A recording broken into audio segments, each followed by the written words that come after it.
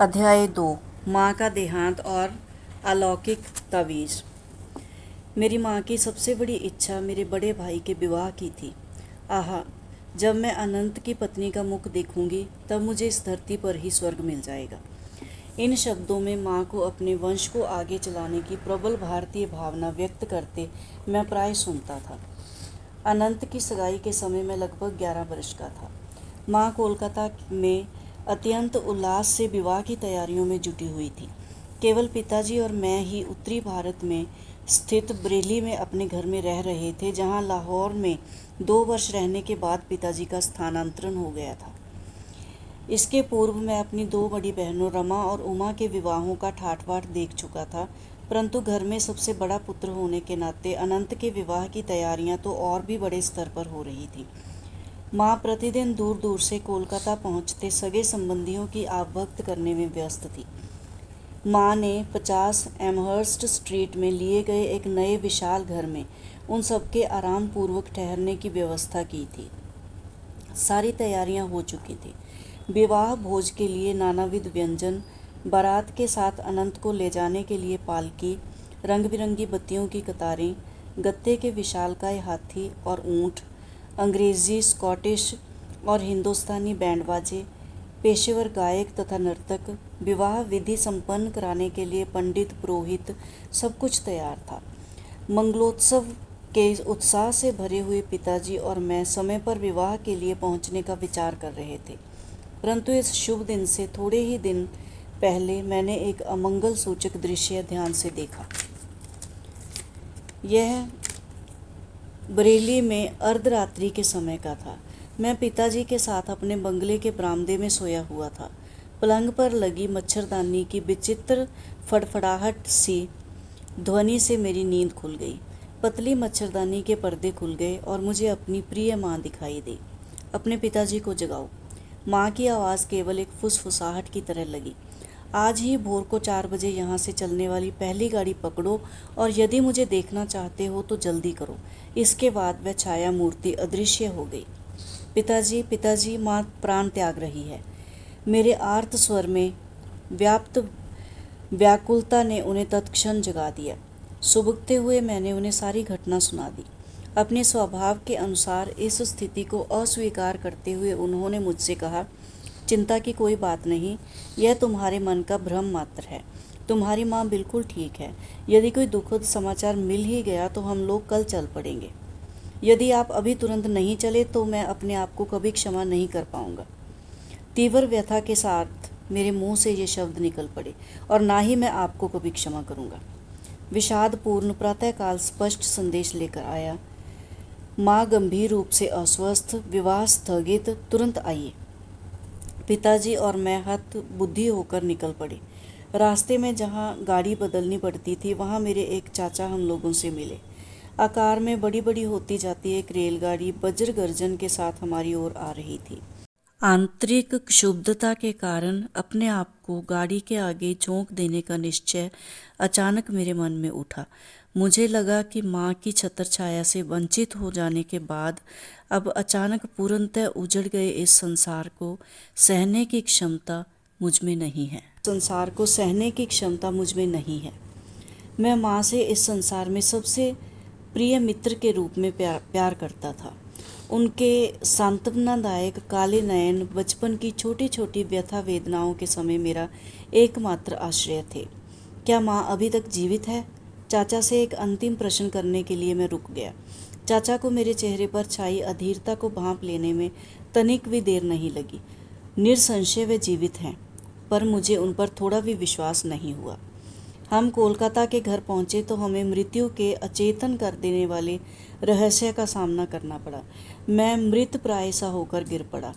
किसी प्रकार की सांत्वना को मेरे हृदय का स्पर्श भी कर पाने के लिए कई वर्ष लग गए। मेरी आर्त पुकारों ने साक्षात स्वर्ग के द्वारों को हिला दिया। आखिर जग जननी को आना ही पड़ा। उनके स्नेह स्निग्ध शब्दों ने मेरे रिश्ते घावों को भर दिया। वह मैं ही थी जिसने जन्म जन्मांतर में अनेक माताओं की स्नेह बत्सलता के माध्यम से तुम्हारी देखभाल की। खोए हुए जिन 2 सुंदर काले नैनों को तुम ढूंढ रहे हो, उन्हें मेरी आंखों में देखो। परम प्रिय माँ के श्राद्ध कर्म के बाद शीघ्र ही पिताजी और मैं बरेली लौट गए। अतीत की स्मृति में प्रतिदिन भोर में ही मैं अपने बंगले के सामने स्थित नरम हरित स्वर्णिम हरियाली को छाया देते खड़े परिजात वृक्ष की दुखार्त होकर तीर्थ यात्रा करता। कभी कभी काव्यमय क्षणों में मैं सोचता था कि परिजात के श्वेत पुष्प अपनी अंतर्जात भक्ति से हरित तृणवेदी पर अपने आप को बिखेर रहे हैं। ओंस बिंदुओं के साथ अपने अश्रु बिंदुओं को मिलाते हुए मैं प्राय उषा से लोकोत्तर अलौकिक प्रकाश निकलता देखा करता था। ईश्वर को पाने की तीव्र कसक से मैं तड़प उठता। हिमालय में चले जाने की प्रबल इच्छा मुझ में जाग उठी। मेरे एक चचेरे भाई हिमालय की पावन पर्वत श्रेणियों की यात्रा कर हमारे यहाँ बरेली आए। योगियों और स्वामियों के उस उच्च पर्वत निवास स्थल की कहानियाँ मैंने उनसे उत्सुकतापूर्वक सुनी। चलो हिमालय भाग चलें। यह प्रस्ताव एक दिन मैंने बरेली में अपने मकान मालिक के पुत्र द्वारका प्रसाद के समक्ष रखा, परंतु वह ऐसे विचारों से सहमत नहीं था। उसने मेरे इस विचार से मेरे बड़े भाई को अवगत करा दिया, जो उसी समय पिताजी से मिलने के लिए यहाँ आए हुए थे। एक छोटे बच्चे की इस अव्यवहारिक योजना को हंसकर टाल देने के बदले अनंत ने मेरा उपहास करने का निश्चय कर लिया। तुम्हारे गेरुए कपड़े कहाँ हैं? उनके बिना तो तुम स्वामी नहीं बन सकते। परंतु उनके इन शब्दों से मैं अबोधगम्य रूप से पुलकित हो उठता। उन शब्दों ने एक स्पष्ट चित्र मेरी दृष्टि के सामने खड़ा कर दिया कि मैं सन्यासी बनकर भारत भ्रमण कर रहा हूँ। शायद उन शब्दों ने किसी पूर्व जन्म की स्मृतियों को जगा दिया था। चाहे जो बात हो, मुझे अब यह तो पता चल गया था कि प्राचीन संन्यास परंपरा का गेरुआ वस्त्र मैं अत्यंत स्वाभाविक सहजता के साथ धारण कर सकूंगा। एक दिन द्वारका के साथ बातचीत करते हुए मैंने अनुभव किया कि हिमस्खलन के समान प्रचंड वेग से ईश्वर प्रेम की धारा मुझ में उतर रही है। इसके फलस्वरूप शब्दों का जो धारा प्रवाह मुझ में बहने लगा, उसकी ओर द्वारका का तो विशेष ध्यान नहीं था, पर मैं पूरे मन से अपने आप को सुन रहा था। उसी दिन दोपहर को मैं हिमालय की तलहटी में स्थित पहाड़ियों में बसे नैनीताल की ओर भाग गया। अनंत ने भी दृढ़ संकल्प के साथ मेरा पीछा किया और विवश होकर मुझे दुखी अंतःकरण के साथ बरेली वापस आना पड़ा। मुझे केवल एक ही तीर्थ यात्रा करने की अनुमति थी और वह थी प्रतिदिन प्रातः की पारिजात वृक्ष की तीर्थ यात्रा। मेरा हृदय अपनी खोई हुई दोनों माताओं के लिए मूक रुदन करता रहा, एक मानवी माता, दूसरी जगन माता। माँ के स्वर्गवास से परिवार में जो रिक्तता उत्पन्न हो गई, वह कभी भरी नहीं जा सकती थी। अपने जीवन के लगभग 40 शेष वर्षों में पिताजी ने दूसरा विवाह नहीं किया। अपने बाल वृंद के माता पिता की कठिन भूमिका उन्होंने स्वयं ही स्वीकार कर ली और इसके निर्वाह में वे हमारे साथ अधिक कोमल हृदय, अधिक मिलनसार बन गए। शांति और सूझबूझ के साथ ही वे विभिन्न पारिवारिक समस्याओं को हल करते। कार्यालय से आने के पश्चात वे किसी विरक्त की भांति अपने कक्ष में चले जाते और आनंदपूर्ण प्रशांति की क्रिया योग का अभ्यास करते। माँ के स्वर्गवास के बहुत समय बाद मैंने एक ऐसी छोटी छोटी बातों का ध्यान रखने के लिए एक अंग्रेज़ परिचारिका को रखने का प्रयास किया ताकि पिताजी को कुछ आराम मिल सके, परंतु पिताजी ने सिर हिला हिलाकर अपनी असहमति प्रकट कर दी। तुम्हारी माँ के साथ ही मेरी सेवा का अंत हो गया। आजीवन एक पत्नी परायणता के भाव में उनकी आंखें खो गई। मैं किसी भी अन्य स्त्री की सेवा ग्रहण नहीं करूँगा। माँ के गुजर जाने के 14 महीने बाद मुझे ज्ञात हुआ कि वह मेरे लिए एक महत्वपूर्ण संदेश छोड़ गई है।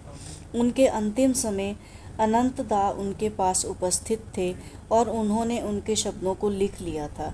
यद्यपि माँ ने वह संदेश मुझे 1 वर्ष में दिए जाने का निर्देश दिया था, तथापि मेरे भाई ने उसमें विलंब कर दिया था।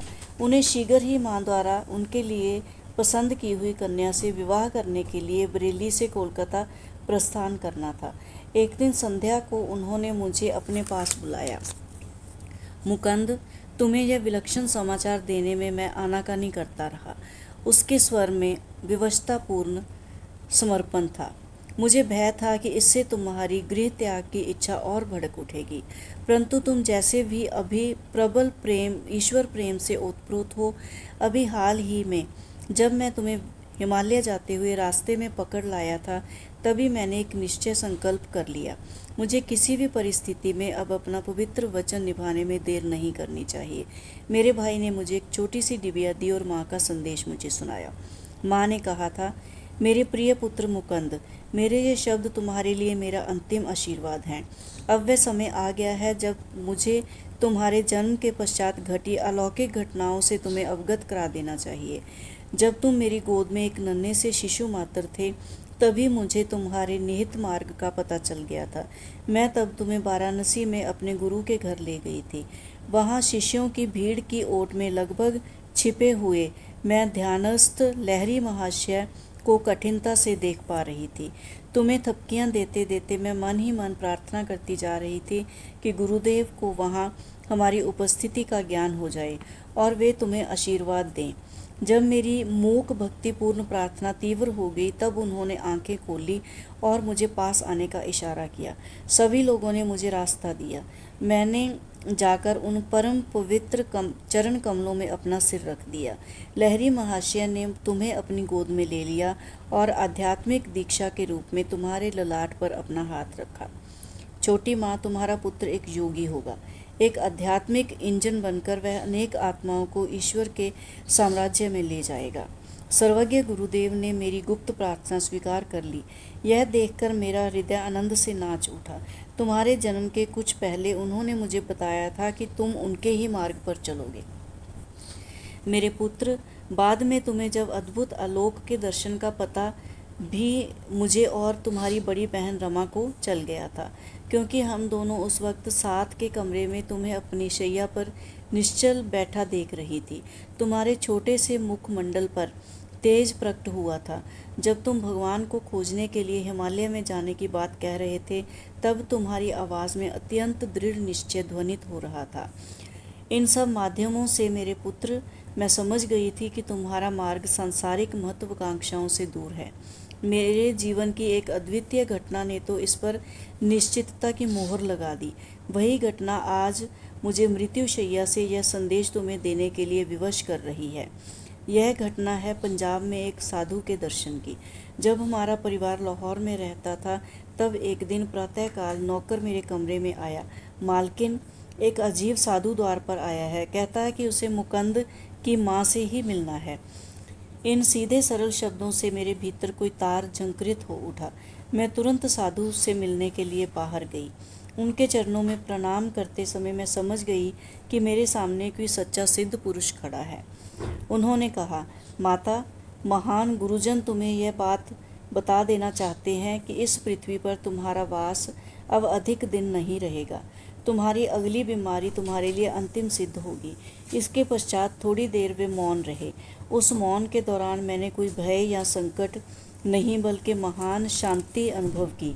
अंततः वे फिर कहने लगे, तुम्हें अपने पास अमानत के रूप में रखने के लिए चांदी की एक तावीज़ दिया जाएगा।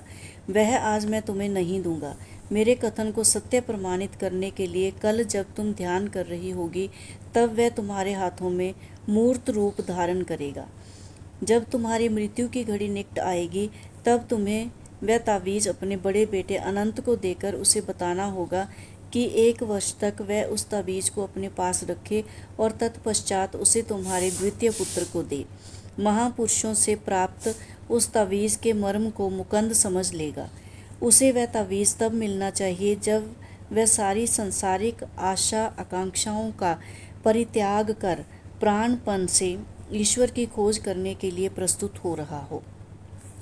जब वह तावीज़ कुछ वर्षों तक उसके पास रह चुका होगा और जब उसका उद्देश्य पूरा हो चुका होगा, तब वह अपने आप अदृश्य हो जाएगा। गुप्त से अति गुप्त स्थान में भी वह रखा हो, तब भी वह जहाँ से आया था वहीं वापस चला जाएगा।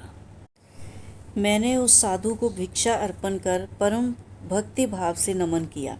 भिक्षा ग्रहण ना कर मुझे आशीर्वाद देकर वह चले गए।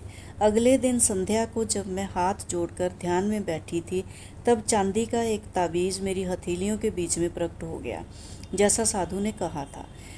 उसके शीतल चिकने स्पर्श ने मुझे उसके प्रकट होने का ज्ञान करवा दिया। मैंने 2 वर्षों से अधिक समय तक इसे सावधानीपूर्वक संभाल कर रखा और अब इसे अनंत के पास छोड़े जा रही हूँ। मेरे लिए कोई शोक मत करना, क्योंकि मुझे मेरे गुरुदेव ईश्वर की गोद में पहुँचा देंगे।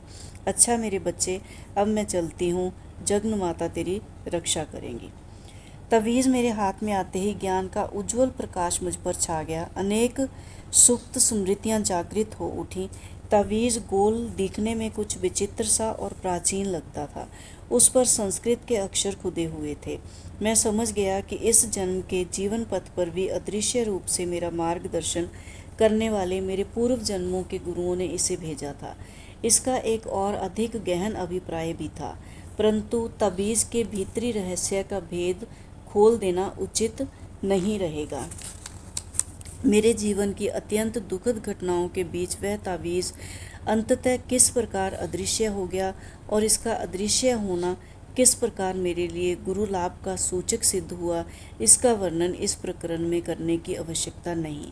किंतु हिमालय में जाने की अपनी चेष्टाओं में बार बार असफल किया गया यह बालक तावीज़ के पंखों पर सवार होकर प्रतिदिन दूर दूर तक यात्रा कर लेता।